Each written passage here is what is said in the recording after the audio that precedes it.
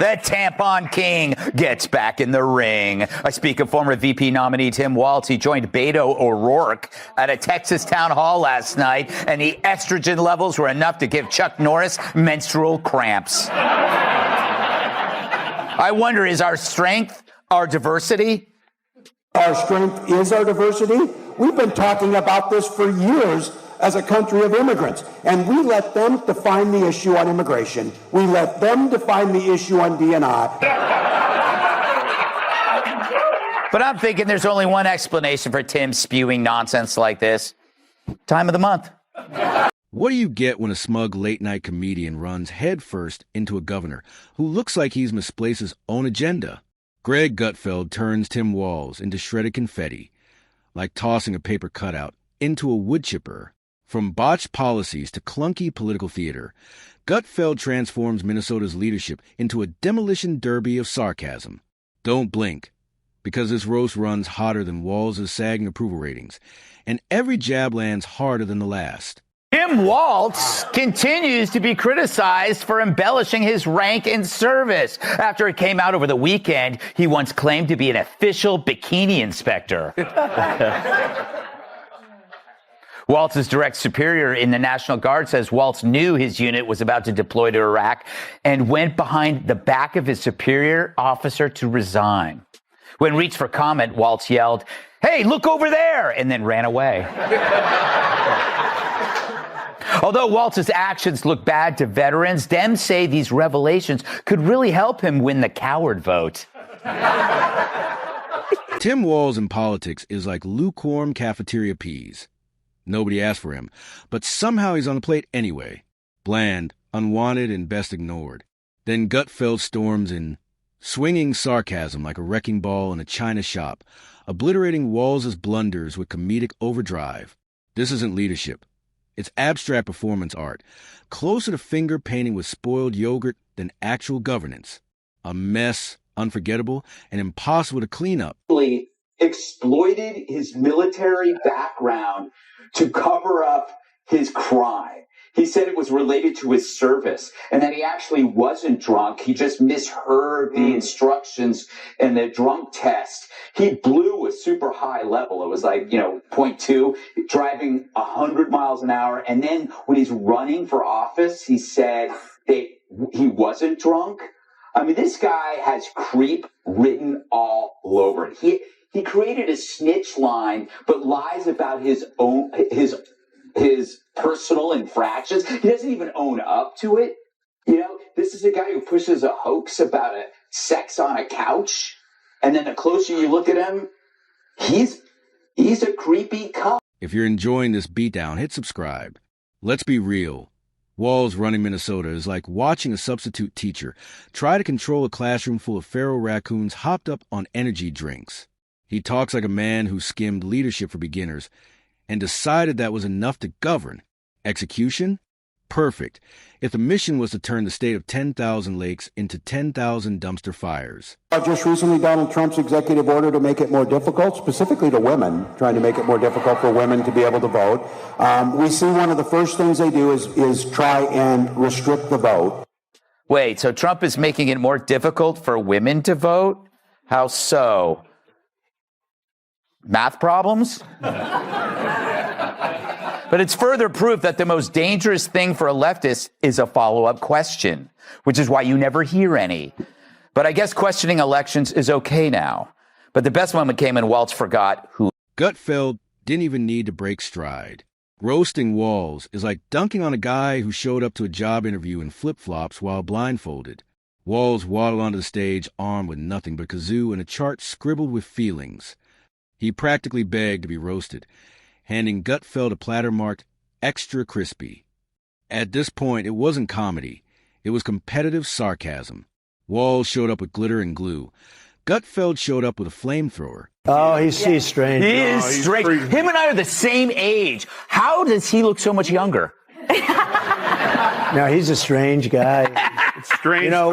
He called up years ago. I was in the White House, and he said, my house is being surrounded by people with American flags. I said, is that a good thing or a bad thing? He said, I think they're going to attack me. This was during the riots and everything else. They were MAGA people. You know, they like the American flag, all right? And they also had Trump. And I said, how do you know? There were about 15,000. He said, could you put out a word like that I'm your friend? I don't even know him, but that's the only time I ever spoke to him. And if you look back long ago, tweets, before Truth, tweets, long ago, I put out a statement. He's a good man, the governor. He's on our side. I didn't know him, but I didn't want him to get hurt. And everybody put down their flags and they left. Yes. He said it was a miracle. He said it was a miracle. Let's talk economy. Walz looked at inflation, unemployment, and fleeing businesses and decided, raise more taxes. Tax the air, tax the smiles, maybe even tax moving trucks headed for South Dakota. Companies bolted from Minnesota like it was built on haunted regulations. Gutfeld shredded Walz's economics like a raccoon tearing into garbage bags, yelling, "How do you make California look like capitalism heaven?" Because under Walz, the only things growing are red tape and middle-class migraines. And then came crime. Walz treats public safety like a toddler with fireworks, naive, reckless, and ending in sirens. His big idea? Blame society, hold hands, and hope carjackers hug it out.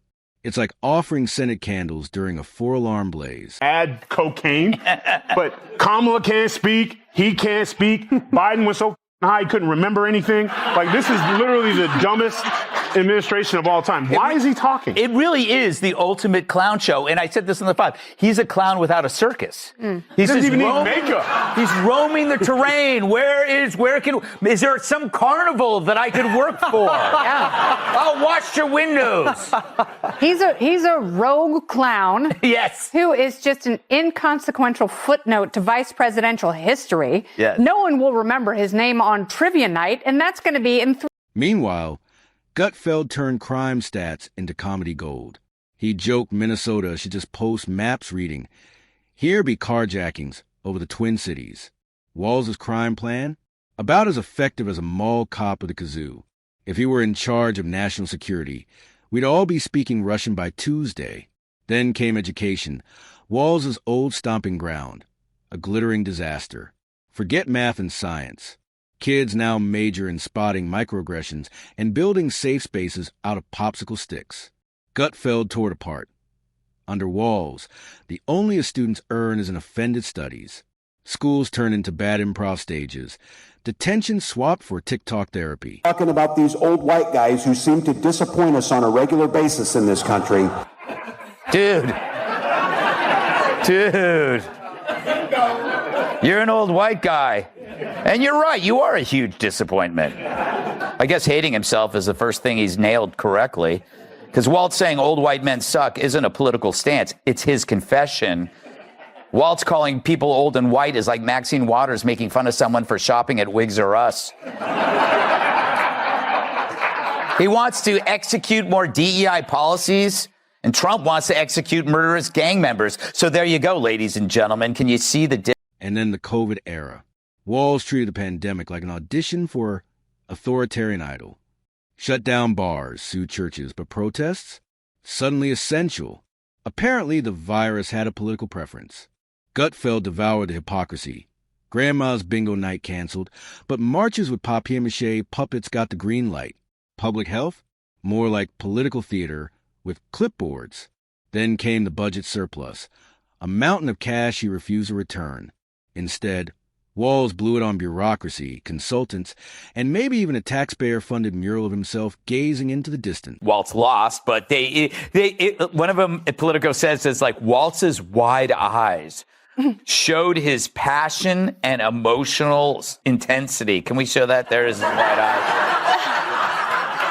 That humans would widen their eyes to convey that danger is close. What emotion are you getting from that? Sorry. Still.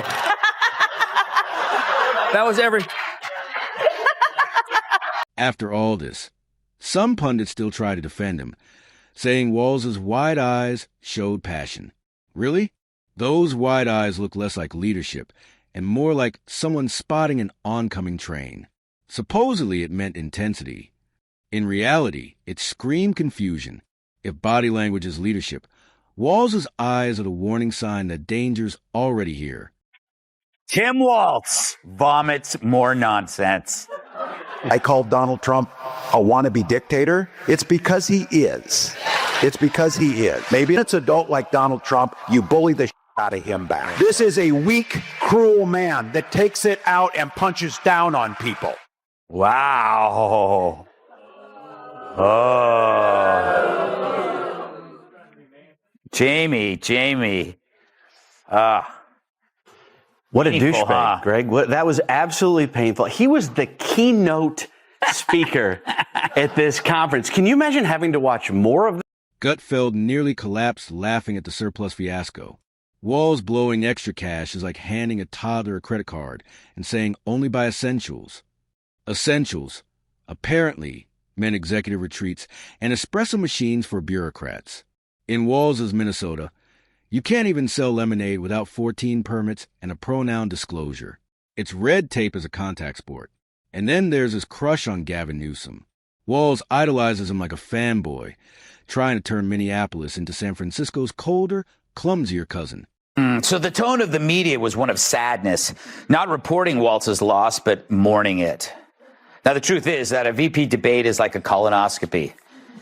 It's important and necessary, but that doesn't mean you want to watch it. Hong Kong and China during the democracy protests went in. And from that, I learned a lot of what needed to be in governance.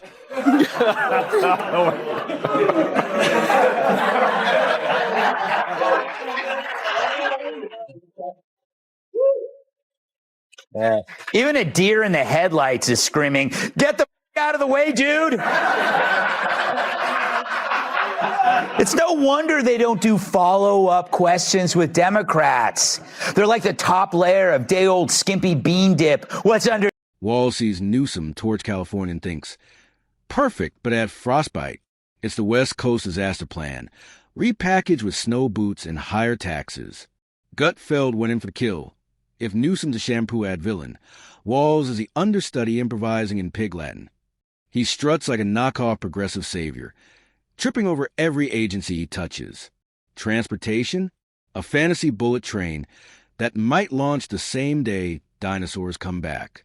Meanwhile, Minnesota roads look like post-apocalyptic Mario Kart tracks. But Walz? Too busy pitching Hogwarts trains while bridges crumble like stale toast. Kamala's VP, Tim Walz, is being accused of lying about his rank, which is called stolen valor.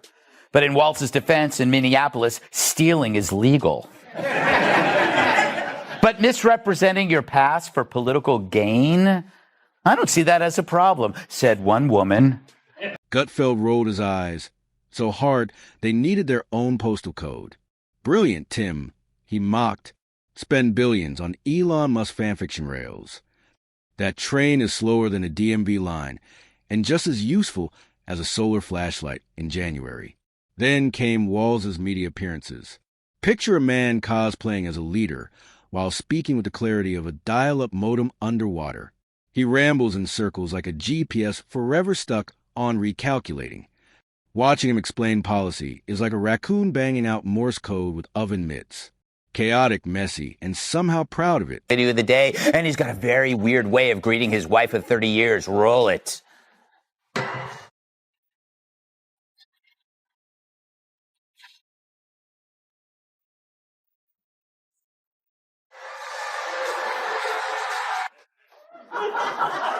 I want to see this in slow motion. You'll see Walz extends his hand to his wife. She grabs it. They shake. He pulls her close and then goes in for that non-friction hug, all the while still shaking her hand. I wish there was a word to describe that. Oh, yeah, weird.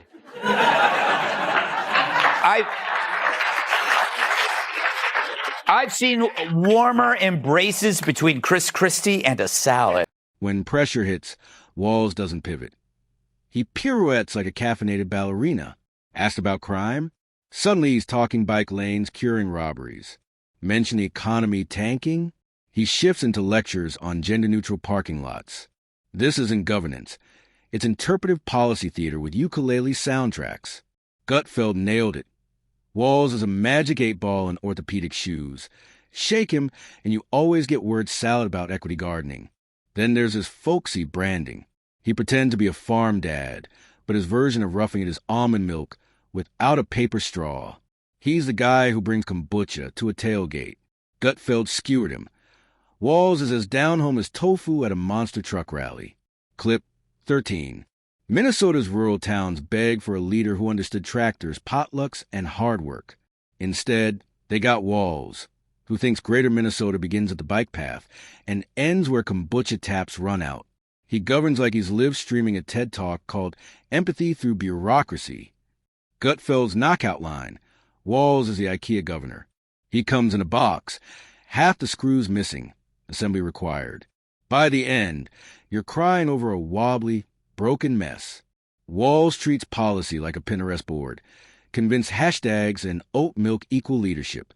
Gutfeld sliced the facade, bloated bills, sanctimonious sermons, every ounce of oatmeal mediocrity.